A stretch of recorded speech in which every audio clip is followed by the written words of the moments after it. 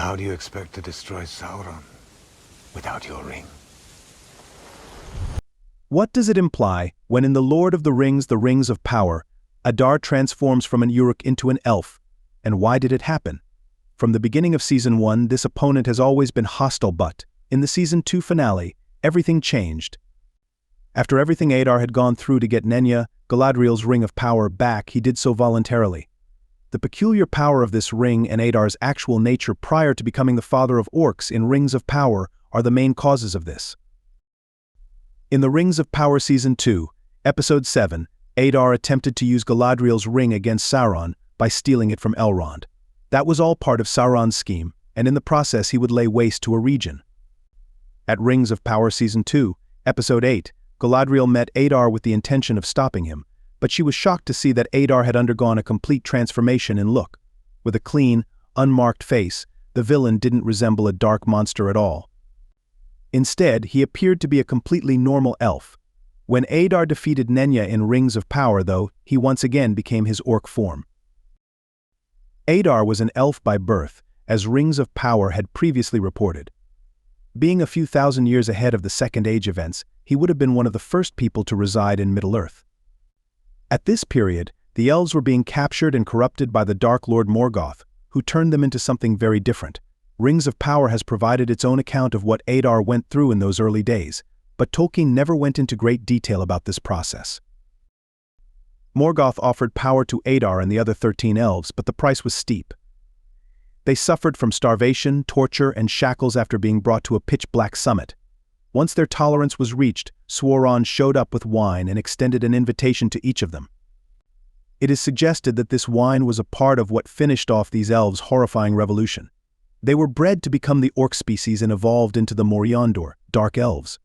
Morgoth had kept his promise to Adar about having children, and in a sense, about the Dark Lord. Putting Nenya on his finger allowed Adar to return to the elf he was born to be after spending countless ages in his dark form.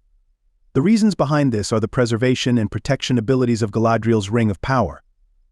Mithril, the purest and holiest of all light, is what Nenya was made of in Rings of Power. It is the light of the two trees of Valinor. The darkness that lingers in Adar's blood, Morgoth, is compelled to leave while wearing the ring. Due to the fact that it prevents the darkness from taking over Galadriel's body, Elrond is able to utilize Nenya to cure her wound in Rings of Power Season 2, Episode 8. Using Galadriel's Ring of Power, Adar meant to destroy Sauron, the elves of Eregion, and any other person or thing that stood in his way. But that was all altered when he put Nenya on his finger. Clarity of thought was bestowed upon him along with the temporary exodus of darkness from his body. In an earlier episode of Rings of Power, Galadriel said that her ring was directing her, advising her on the best course of action and alerting her to potential threats. Assuming Nenya did the same for Adar, he realized it would be inappropriate to approach Sauron with the ring. As an alternative, Adar told Galadriel that he would withdraw his men from Eregion and head back to Mordor while handing Nenya back to her. Ever while Sauron was still alive, Adar had felt that peace for the orcs was conceivable, not dominance over Middle-earth. Adar gave the ring to those whose destiny it was to stop Sauron, since Galadriel's ring would have shown him that his plan was wrong. Regretfully, Adar didn't have this revelation till much later. His orcs were quickly turned against their father once Sauron corrupted them. Adar the Moriondor meets an ironic end at this tragic point in Rings of Power. Once upon a time, in a magical forest, there lived a little fairy named Rosie. Rosie had shiny wings that sparkled like the stars in the sky. She loved exploring the forest and making friends with the woodland creatures. One sunny morning, as Rosie flew among the tall trees, she heard a soft whimper coming from behind a bush. Curious, she flew closer and discovered a tiny baby dragon, all alone and scared.